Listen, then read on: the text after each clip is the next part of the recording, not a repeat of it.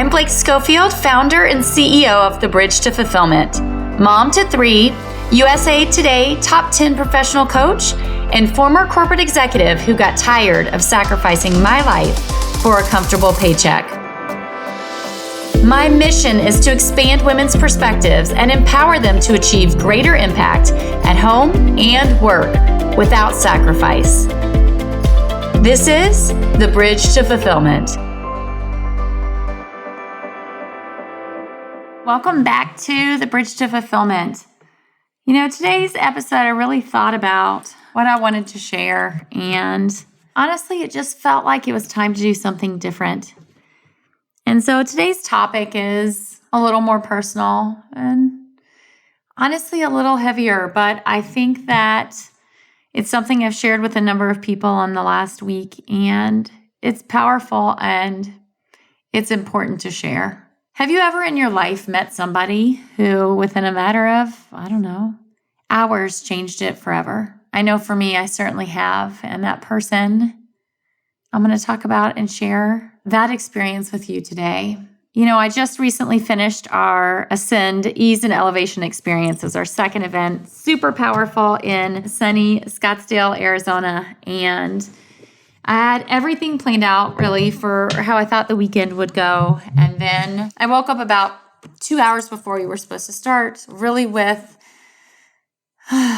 this idea of what I should present and said. And what I'm going to share with you is a very shortened version of what I shared with a group of people that were together for our event. And it just feels like the right message to share today. So I started off with a slide, and it says this: are you living your life like it matters? I give credit to that beautiful question to Ms. Shyla Webb. Are you living your life like it matters? I think this has probably been the question, honestly, in many ways I've been asking for the last 30 years. I know when I was a teenager, I looked around and I wondered, why didn't people see what I saw? Why were people worried about stuff that to me didn't matter? Because ultimately, at the end of the day, what I think matters is living a life of meaning and impact. And at the end of the day, to be able to end your life with the least amount of regrets possible, to feel like you were here and truly loved and made the impact that you were here to make. So I want to share with you a story about somebody who had that kind of impact on me and actually on hundreds, if not probably thousands of people. I want to tell you about my friend Zachary Good. He's a guy that I met this last year in a bunch of events that I had gone to. Quiet, unassuming, but sort of this peaceful presence. Had been to many events with him and had a few brief conversations, nothing of much consequence until August of last year, August of 22. I was at a very small event. There were 8 of us at this event with my coach, Dr. Jeff Spencer, who's arguably the world's best high-performance coach. Very expensive event in a beautiful penthouse with my friend in San Diego. And towards the end of our time there, I sort of thought, I really would like to spend some time to get to know Zachary better. And I can't remember the very first part of our conversation, but I came to understand that he had some really tough times in his life and just was intrigued. Who was this guy and what was he all about? And so we actually ended up going to dinner that last night, and I found out that he happened to be flying back at the same time I was flying back. So I said, hey, why don't we ride together to the airport? And so we rode together to the airport. We ended up in this really long line. I thought he was very worried we wouldn't make the flight. I was a little nervous, I'm not going to lie. But what was interesting is we found out that not only were we going, our flights, roughly the same time, but we were actually on the exact same flight, which was unusual because it was a flight back to Dallas where I live, but he lived in Ohio. And I thought, how unusual. Now, see, here's what I knew about Zachary. I knew that he was a very famous tattoo artist. His art, he had won many, many awards for. And actually, in my conversation with him in that long line, we talked about tattooing and how he did his work and what was going on in his life and the changes he was hoping to make. And I've never seen somebody do art in the way that he did. The amount of time and energy that he would put to think through each project and understand how the body would move. And it was really beautiful. He truly was an artist. And then we started talking a little bit further, and what he shared with me really shocked me. And I don't know if you've ever met somebody and had a perspective about them and then learned something that was so shocking that your brain didn't really know how to comprehend it. And that's really what happened to me. You see, I met Zach at all these events, and the last event we went to was a $7,500 ticket event. And he starts telling me this story about when he was in high school that his girlfriend took her grandmother's oxycodone and he took some. And he got so addicted to that feeling that then his life sort of unraveled from there. He ended up becoming addicted to heroin. He was addicted to heroin for 7 years. Somehow he passed high school with honors, ended up in college, and then didn't make it, obviously, very long with that addiction. He told me how bad things had gotten, where he had no hope for life, how he was homeless for 2 to 3 years, in and out of abandoned homes, in and out of jail, in and out of rehab centers. And I'm trying to process this person in front of me who literally is working with one of the top coaches ever, surrounded by all this success and opportunity, who had literally lived at the hardest place in life. And it was an unbelievable story of redemption, and also just blew my mind in ways that were hard to explain. He was one of the most humble, kindest souls. Somebody who just was a huge bright light. And I remember in that conversation with him saying to him, wow, it's not by accident that you were saved. Not at all. There's zero doubt in my mind that you were saved for a reason. And I just felt very much that he was such a positive impact in this world. And as we go to get on the plane, I have this feeling of like, gosh, it would be great to continue the conversation with him. I just don't feel like it's over. And he looks at me and he says, hey, you want to meet up after we get off the plane? Because I have a layover. And I immediately thought, yes. And so he went to get on the plane because he was in the first rows. I was in the back. And I walked down the plane. And I don't know, he's in row 10 or something like that. And I'm a couple rows behind him. And I hear this sort of inner voice say, he's going to try and back out. Don't let him.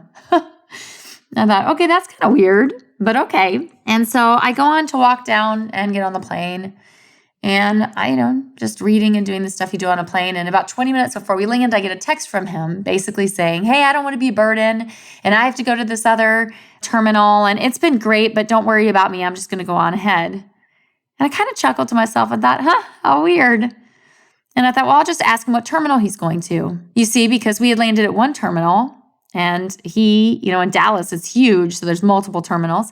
And so I thought, I'll just find out where he's at. And he told me the terminal that he was at. And funny enough, it was the same exact terminal that I had parked my car in, which was not the terminal we landed in.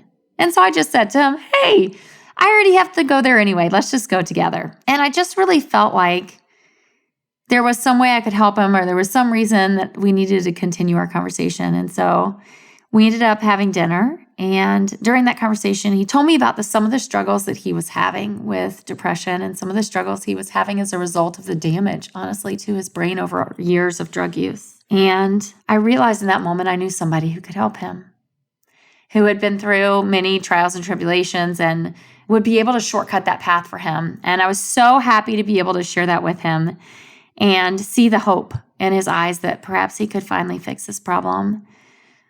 We gave each other a huge hug goodbye, and that was it. He went off, and I went off.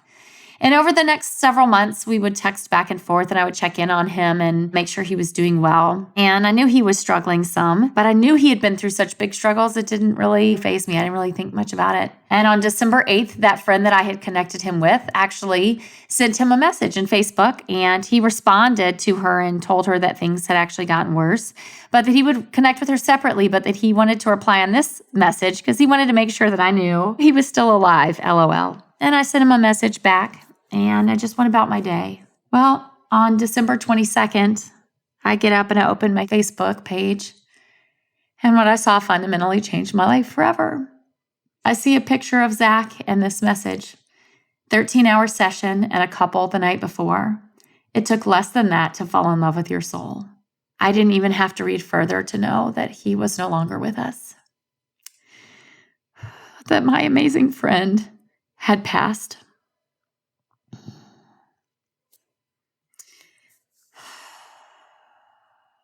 And I share this with you because it's had such a profound effect on me. a man who I probably spent really a good solid 4 hours with, but whose life and experiences and presence forever changed me, forever changed my perspective about the struggles people go through and can come back from, how quickly life can change, and the importance of a good support system. Well, the most amazing thing happened through this process is I had seen what a bright light he was. I just knew it from the experiences that we had, but I was able to be provided with such amazing proof of that because over the following days, literally over 100 posts on his Facebook page about the impact that he had had in people's lives.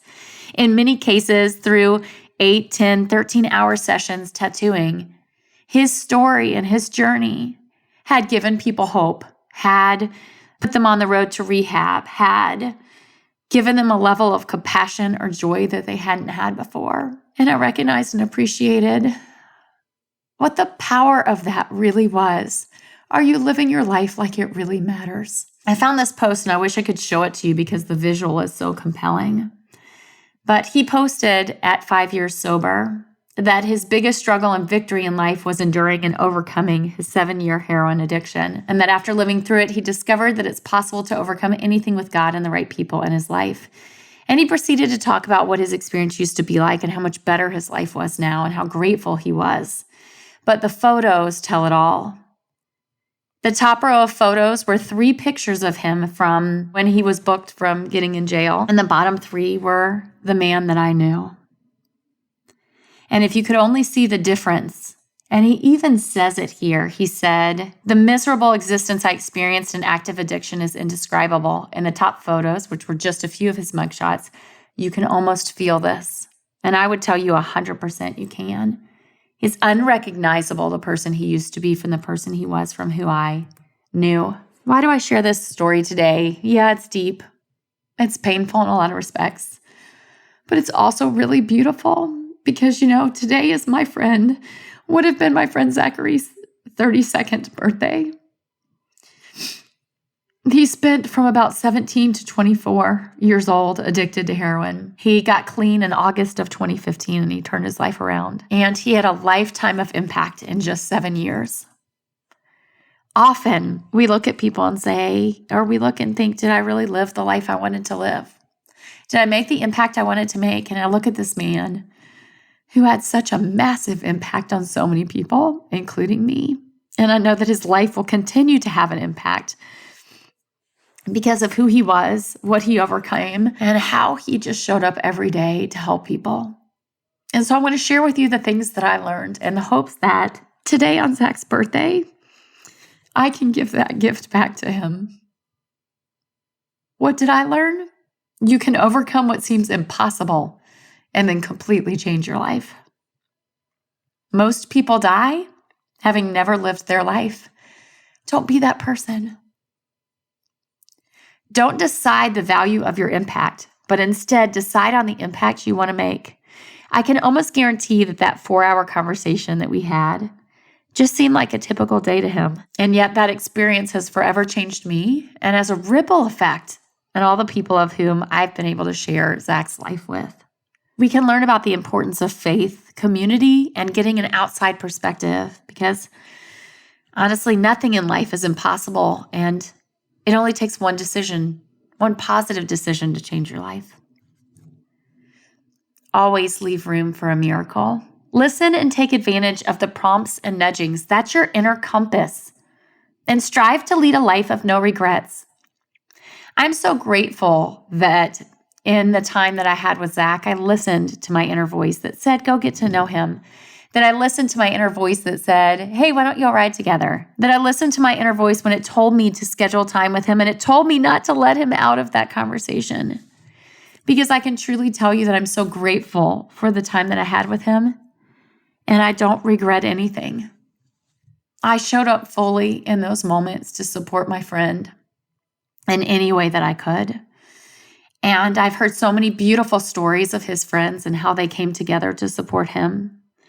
And I think there's nothing greater than to realize that you did that you showed up in love, that you showed up in compassion, that you showed up in any way that you could for the person who needed you.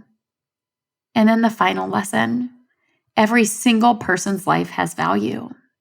Seek compassion and understanding. I ended up sharing Zach's story today on a call with clients.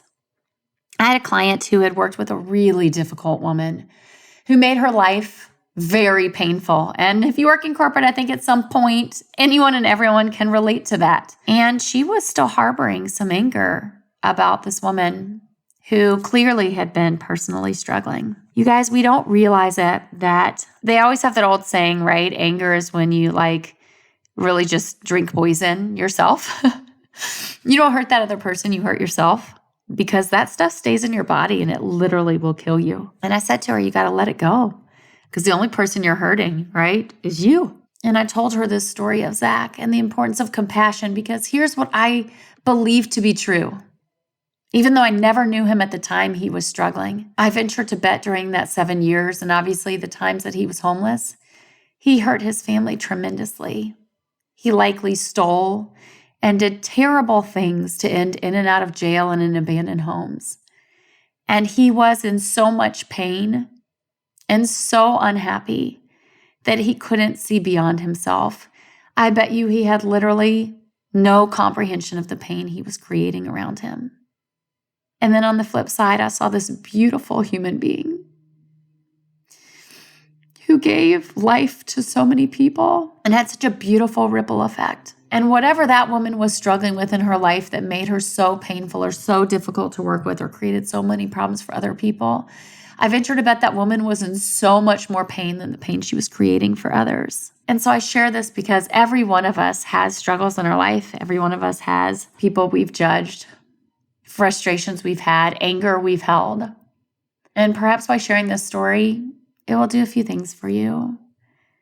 It will open up your perspective to have compassion for people that maybe you haven't before, because it certainly did for me. But I also hope that it will help light a fire in you to create a life of fulfillment and purpose, because that's why we're here. There are many people who lead very long lives who have not really created a huge impact in their lifetime. And here's this man who lived 31 years and had a massive ripple effect and impact in his life. And I'm so grateful to have been a small part of that and to be able to share his story and to be able to see somebody who truly used their life to create something amazing. And at the end of the day, when I look at people that are so unhappy, believing that the next job, the next car, the next house is going to make them happy, ultimately what I always see is a hole. A lack of true purpose. A lack of true purpose and calling. A lack of feeling valued and aligned and passionate about the life that you're leading. A lack of feeling that you truly have the ability to create what you want. And so on today's episode, like I said, it's a deep one, it's a hard one, but it's one I'm so grateful for. And I hope that this story in some way has opened your heart and your mind. And I hope it's empowered you to make a bigger difference in whatever that way is for you. And I hope it will encourage you to have more compassion and love for the people around you. And I hope it will enable you to be more connected and to realize that you likely, just like Zach, every day are making a positive impact on people in ways of which you may never see. And what a beautiful gift that is. My friend Douglas, a few months ago, started one of his events by saying, if you don't win, somebody loses. Who loses if you don't win? It was no more apparent to me than seeing the life that Zach had, that when he won, so many others did. And by him no longer being here, so many others won't. Our lives are all intertwined. We are impacting each other every day, but we negate that or don't even understand it. And so my call for you today is rise up. Use your life every single day to make a difference. Have compassion and love for the people around you and recognize that you don't have to decide the value of what you bring.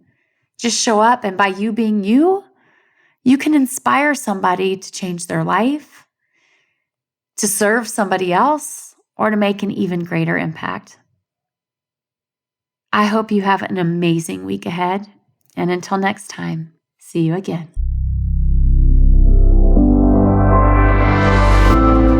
Thanks for joining me today.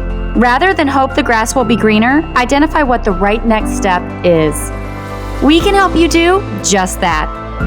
Get clarity on where you are in your journey to career fulfillment, where you're headed, optimal paths to get there, and the right next step to take.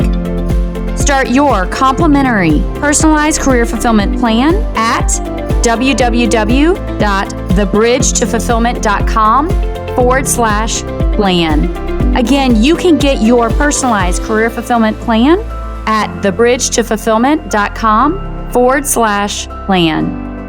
Thanks again for joining, and have a great week ahead.